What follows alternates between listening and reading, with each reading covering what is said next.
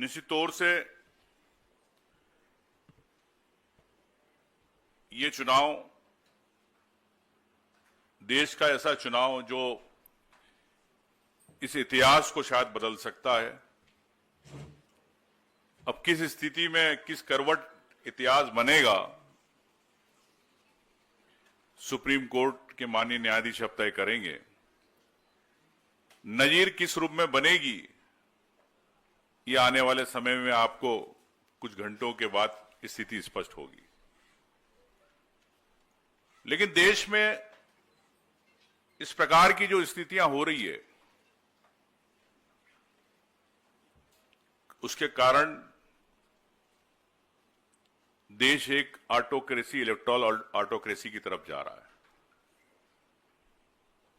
Sweden की एक university है वीडेम, उस यूनिवर्सिटी ने 2026 की डेमोक्रेसी को एक रिपोर्ट प्रकाशित करी कि किस प्रकार से कई देश इलेक्टोरल ऑटोक्रेसी की तरफ जा रहे हैं।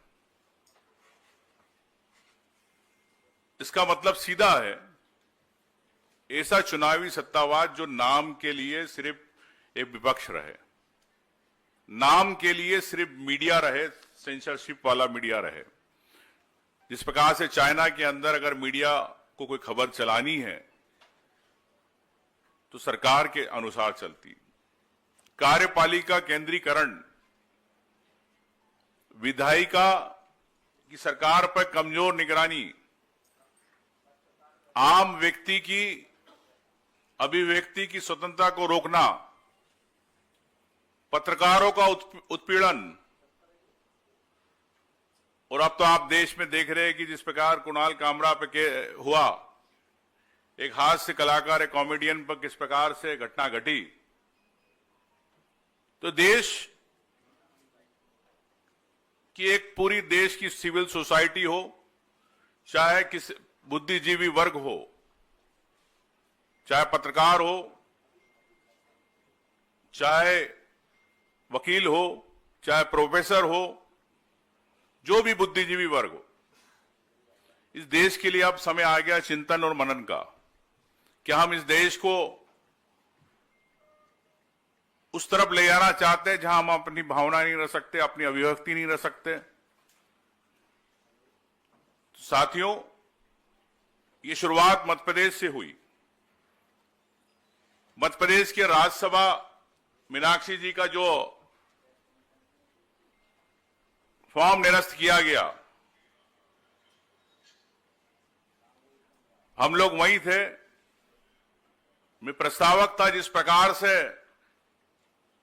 रिटर्निंग ऑफिसर की भूमिका थी, उस रिटर्निंग ऑफिसर ने कहा किसी को, जब उससे पूछा आपने ये गलती क्यों करी, तो उस रिटर्निंग ऑफिसर का उस हमारे साथी विधायक को जवाब था कि मुझे नौकरी करना है। अब सरकार तो इनकी रहेगी, भले मुझे मालूम है मैंने गलती करी है, लेकिन मुझे नौकरी करनी है और इनके साथ रहना है।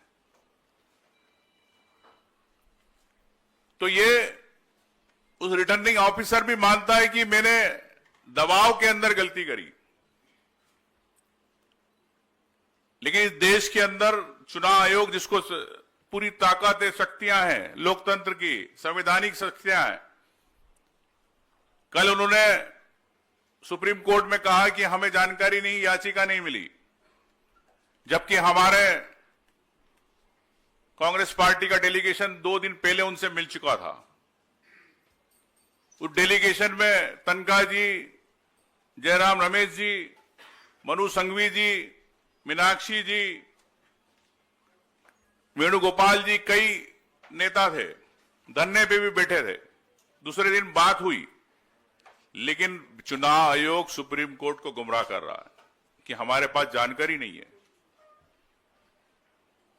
साथियों, तो इससे स्पष्ट है कि किस प्रकार ये देश का लोकतंत्र को बचाने की जो संवैधानिक संस्था है, सबसे पहले चुनाव आयोग ही इस देश की लोकतांत्रिक व्यवस्था को खत्म करने के लिए गला घोटने का काम कर रहा है।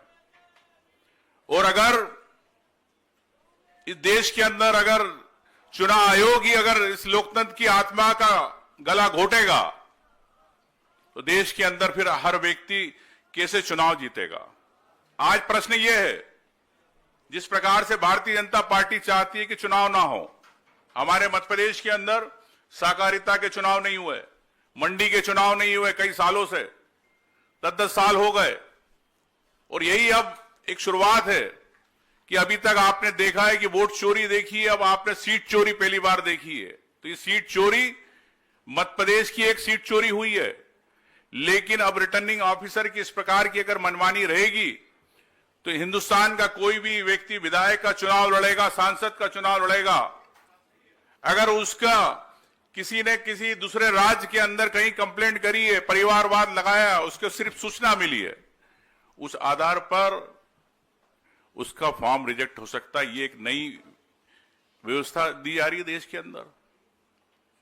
तो क्या हर विधायक, मतलब बीजेपी की रणनीति के तहत, स्क्रिप्ट के तहत ये शुरुआत है।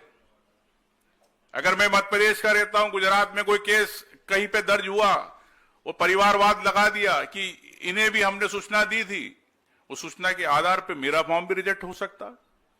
तो हिंदुस्तान के हर विधायक, हर सांसद का पर्चा निरस्त हो सकता है अगर रिटर्निंग ऑफिसर की इस प्रकार की मनमानी रहेगी, जो कानून के खिलाफ, सुप्रीम कोर्ट के खिलाफ, चुनाव आयोग के नियमों के खिलाफ जिस प्रकार से निर्णय आया है।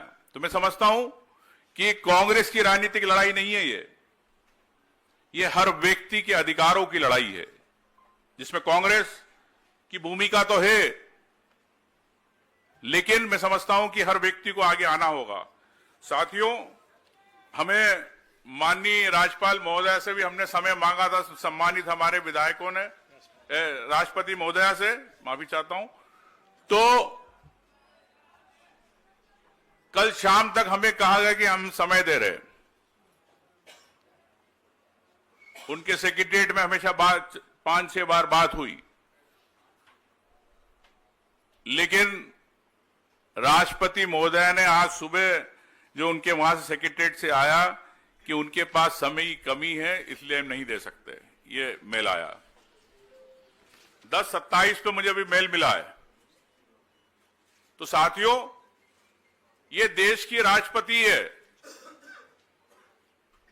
जिनके सामने हम समझते हैं कि देश की राष्ट्रपति है, जो किसी दल से नहीं जुड़ी है, लेकिन जिस प्रकार से वो काम कर रही है, तो निश्चित तौर से एक हमें दुख की बात है कि प्रदेश के पूरे 61 विधायक आए हैं। एक विधायक 3 लाख लोगों का जनप्रतिनिधि होता है, जनता का वोटर होता है, उनसे मिलने के लिए राष्ट्रपति महोदय के पास समय नहीं।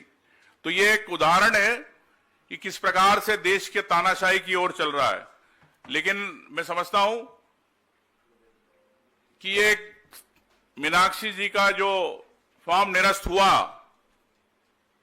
ये उनका एक फॉर्म नहीं, ये हर व्यक्ति का जो चुनाव लड़ना चाहता है उसके फॉर्म से जुड़ा है। कल से आने वाले में क्या स्थिति होने वाली है, किस प्रकार से रशिया और चाइना के रूप में एक नाम की डेमोक्रेसी के लिए देश बढ़ रहा है। मैं समझता हूं कि साथियों, हम सबको इस लोकतंत्र को बचाने की आहुति में सबको सहयोग करना चाहिए। इसीलिए हम माननीय सब विधायक सभी आज राष्ट्रपति महोदय से गुहार के लिए आए थे, लेकिन उनको देश की शायद चिंता नहीं है, देश के लोकतंत्र की चिंता नहीं है। यही मैं कहना चाहता हूं। धन्यवाद।